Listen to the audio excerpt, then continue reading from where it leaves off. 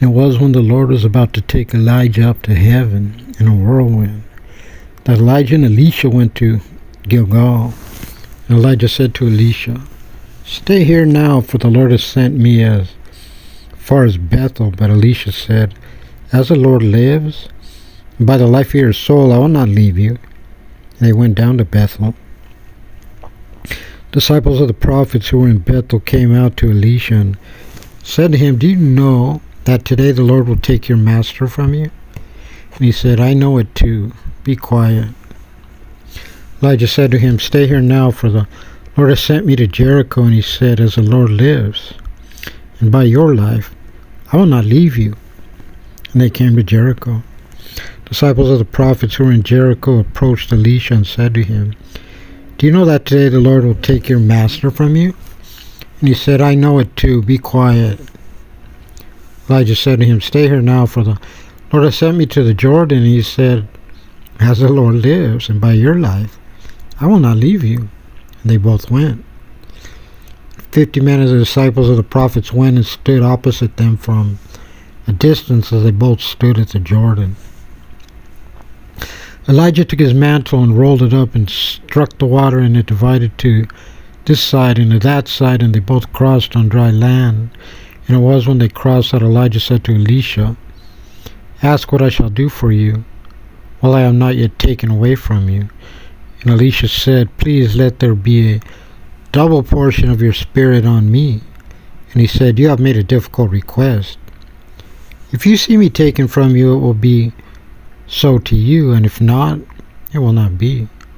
And it was that they were going, walking and talking, and behold, a fiery chariot and fiery horses, and they separated them both. Elijah ascended to heaven in a whirlwind, and Elisha saw, he was crying, my father, the chariots of Israel and their riders." And he saw him no longer. Now he took hold of his garment and rent them in 2 pieces. And he picked up Elijah's mantle that had fallen off him, and he returned and stood on the banks of the Jordan. He took Elijah's mantle that had fallen off him, and he struck the water and said, "Where is the Lord, the God of Elijah?" He too struck the water, and it divided on this side and on that side. And Elisha crossed. And the disciples of the prophets who were in Jericho saw him from a distance, and they said, "Elijah's spirit has rested on Elisha." And they came toward him and prostrated themselves before him to the ground. They said to him, "Behold, now they are with your servants 50 able men. Let them go now and seek your master.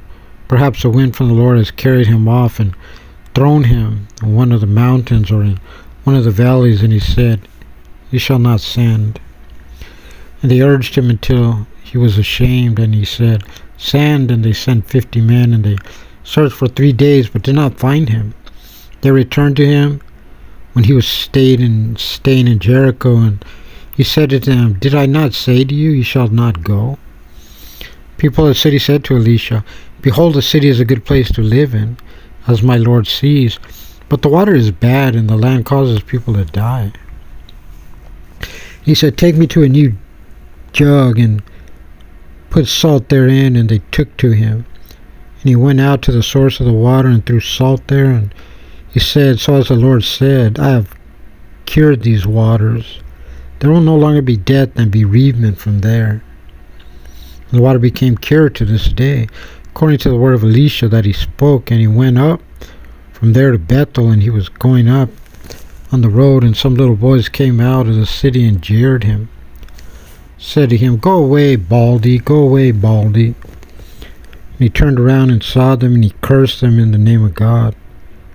2 she-bears came out of the forest and tore apart 42 boys of them. And he went from there to Mount Carmel, and from there he returned to Samaria.